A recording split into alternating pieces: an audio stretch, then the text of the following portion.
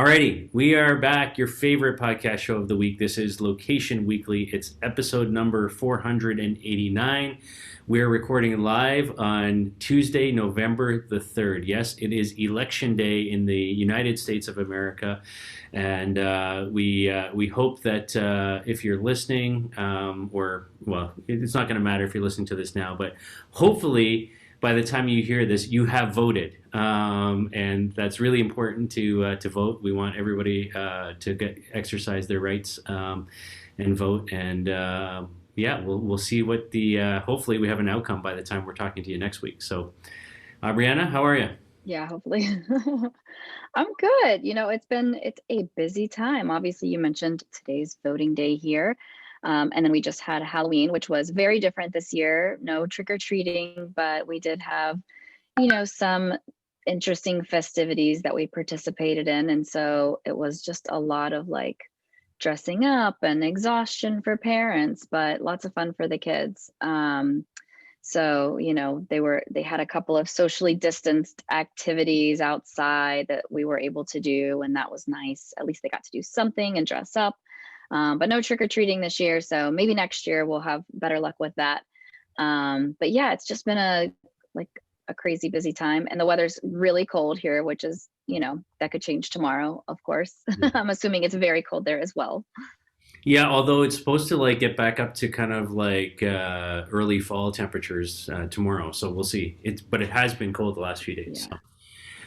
So. Anyhow, yeah, we're good. All is well. We announced up here the big news on my side is my company Ground Level Insights. Last week we announced a national service called CanaTrace to help businesses that are required to collect contact tracing follow-up data. It's 100% free and bilingual for our two official languages up here, English and French. So we're quite excited about that. We've got a lot of media coverage around it. And it's just we're trying to do something to help these businesses out in doing something that they don't really want to do, but they have to, and the government's making them do it. So we thought we'd help. So yeah, so I'm excited about that. If you're in Canada and you're listening to this, just go to canatrace.com, CANATRACE.com. So yeah. All right, let's jump into our stories. There's some good ones. Okay, well, we're starting off with a voice story this morning, and the brand Merrell, which, if you're not familiar, is more of like a hiking and outdoors brand, providing all types of equipment for, the outdoorsy person and sports man or woman that you may be. And so they're using this voice. They worked with a company called Voicify to enable the skill that's on Alexa and Google Assistants. And so basically what they're doing is providing guided excursions and helping you sort of plan a trip. So you can use this to find a trail. You can find out the difficulty rating of a specific trail. You can get directions, all those different things. So they're also planning to add voice commerce to this soon, where you can actually just shop and purchase things by voice, which is interesting. So this is an interesting approach for this type of a brand for me. And I think that, I think that voice is still growing. I'm not sure that it has enough traction right now to work with something like this. I feel like they would probably get a lot more interaction if they were to integrate maybe with an existing app for backpackers or with something that people use while they're, hiking to look at different trails or guides or, more precision GPS type of guidance whenever they're doing these types of hikes. So I feel like it's a little premature right now. I think that the voice shopping is, a good idea, but again, I don't even voice shop, and I do interact with my Alexa assistant quite often for things, but it's very rare that I ever purchase anything through it. Mostly probably because I would just end up with a lot of junk that my kids will be purchasing. But I like that they're thinking about voice. I like that they're sort of, thinking about how they can interact with consumers in different ways. I just am not sure that this is going to have high yield or adoption. What do you think? Yeah, I mean, I'm a fan of voice technologies. I think they're definitely on the rise. We've been tracking it, in our annual global trends report and so on. So certainly people are getting more comfortable with voice. More and more homes have voice assistants and these kinds of things. I think we're still a little ways away from sort of the commerce aspect of that where we're just talking and ordering. Where I see that really accelerating kind of more so than other areas is in the connected car economy, where you're in your vehicle and you're talking to your car or asking it to place an order for pizza as you're on your way to the pizza place, or those kinds of things from a hands-free point of view. When it comes to these types of applications with a brand like Merrell, I think it's interesting. I think it's kind of fun, but I think it's not mainstream yet. I think we're still quite a ways off. But I like that they're experimenting. I like that they're trying new things, and I think voice is definitely a technology on the rise. So, I'm supportive from that point of view. There you go. There you go. All right, on to our second story now. So I know Halloween's over, but I wanted to kind of highlight this story that I came across. So our good friends at Burger King, LBMA members, are at it again. These guys are constantly, coming up with creative campaigns. And very, very big proponents and users of geolocation technology. So they, for Halloween this year, launched a campaign called Scary Places. And what they did is they were encouraging their fans to go out and find abandoned restaurant locations of their rivals. So go find like former sites that were once upon a time a McDonald's or a Wendy's or a KFC or whatever, and like they had mapped these out, using geolocation technology. And there were places in Dayton, Ohio, in Birmingham, Alabama, McHenry, Illinois, Johnston, Rhode Island, and Houston, Texas. And basically, you would go, you'd find these places, and when you were there, kind of in the area, you could then, sort of get an offer for a free Whopper for pickup or delivery. So again, like very, very cool. You might remember they did a campaign some time ago called Whopper Detour to try and redirect people from McDonald's drive-through to theirs. So they're very cool. They're very crafty at using location data. And before I forget to mention it, Burger King's been in the news even separate from this campaign just in the last couple of days, because in Europe they came out with a very public statement to say, look, right now with COVID and cases surging in Europe right now, everybody's suffering. All businesses are suffering. The restaurant industry is suffering. And they said, while they think a Whopper is the best thing that you can have, getting a Big Mac is not so bad either. So it was what they said. So, they were throwing some love to their direct competitor, McDonald's. So these guys are very, very crafty, very creative. I love what they do. So what are your thoughts? Crafty and classy, yeah. Yeah, I like this. I mean, it's fun and it's something that people could get out and do, in a safe way and not have to be like in a big crowd or at a big party. And I think it's fun. I was thinking about this like local, it used to be a Waffle House and now it's like a Planet Smoke, some type of like a smoke shop or something. Yeah. But it's funny, I think that it's funny to think about like what are the ways that you can use location to drive offers just to have engagement and have fun with people, and they are always on it. And so I really like that they just continue to be creative, and you can't, like, there's nothing bad I can say about the Burger King marketing team. I think that they are really just doing exciting and unique things all the time. They're definitely like thought leaders, and so this is just another example of it. And of course, what you mentioned at the end about how they were saying, it's about being safe and just getting something, and everybody's suffering. It's not so bad right now. Just, get what you can get and support local businesses, I think is a great, emotional connection and just human type of a touch that they have there as well. So always good. Excellent. All righty. All right. Before we go on to the next story, I do want to point out one thing as well. So, one of our LBMA member companies over based in Israel called Orient, ORII there, ENT. Check them out. They're a big player in the sort of indoor location space using magnetic positioning. Just visit their site. They've got a great new case study up that looks on how to use this data and how in pandemic times in particular, this type of indoor location data can be used to optimize in-store pickup and delivery. So there's a great case study up there. On their site, so just check it out. It's as I said, ORIIENT is the company, Orient, based in Israel. So take a look at that when you have a second. All right, back to you. Cool stuff.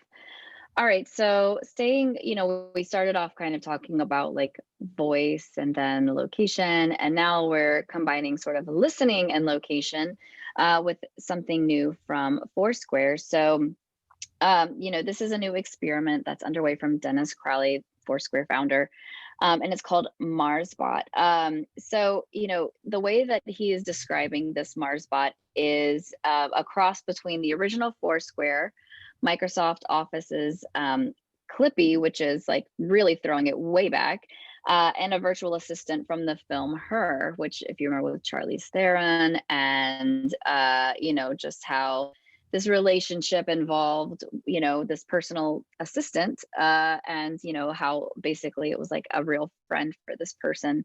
Kind of sad. But anyway, so what Marspot is setting out to do is proactively whisper things in your ear. It will work with your AirPods, right? And it could include, things that you could find interesting in the area. So as you're walking around through a city, it could tell you things about, a local restaurant or art or a museum, public buildings, anything about the places around it. And so if you will allow it, it can announce also to other users that you are nearby that are also using the Marspot app.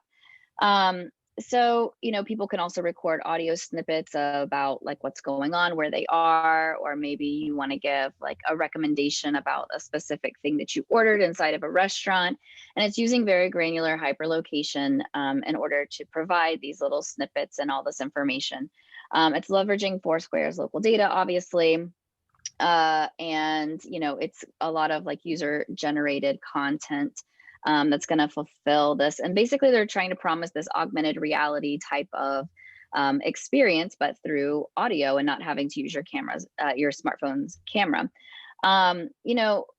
Also they noted that you don't need to necessarily have like a hot word. You don't need to say like, hey Google, or anything like that in order to open this up. It's just constantly always on, which means basically right now it uses your location all the time to trigger these different audio notifications. So if you think about going back to like Foursquare's original mission was to software that makes cities easier to use. So they were all about trying to make it easier to navigate cities and know where to go, where to visit, what to do through their app. And this is kind of going back to that original premise. For me, I think there's a lot of things to take into consideration here. I like this like wild idea. I like the idea of mixing like audio with AR and just being able to hear what's kind of going on without having to be like on your device and looking for things. But for me, this is also a very clear attempt to figure out new ways to generate more consumer data, right? Like they need more consumer data. Their business has primarily turned to more B2B analytics and data sales, especially with their acquisition of Placed and Factual. We're seeing that they are definitely more of a B2B play, and there's very limited consumer interaction where they started out with, right? So I think they're trying to get back to that. And I also think that they probably need to have a constant refresh of data in order to maintain relevancy and find new ways of monetization. So for me, the marketing and advertising plays here are very obvious. It's very easy to just say like, you can get some type of, you could be whispering in somebody's ear about like, go get Burger King, or go try this, or go visit this place, or go to this retail store. But I think that adoption is going to be really hard here because I don't think that people want more voices in their head right now in some ways. I think that if this was an on-demand feature, meaning that I am in a discovery mode, I could see myself using this for a temporal period, right? So, once upon a time, we were both business travelers. And whenever I go to cities that I'm not super familiar with, I like to try and sort of, or in new neighborhoods that I haven't visited before, I like to try and figure out like, hey, what's good food? What should I see? I don't have a lot of time, but I've got an hour to kill between meetings and I just want to like walk around and experience something that's, relative and relevant here in this neighborhood. And so I can see that being something that I would say, hey, I want to be in discovery and I want to walk around and listen to this.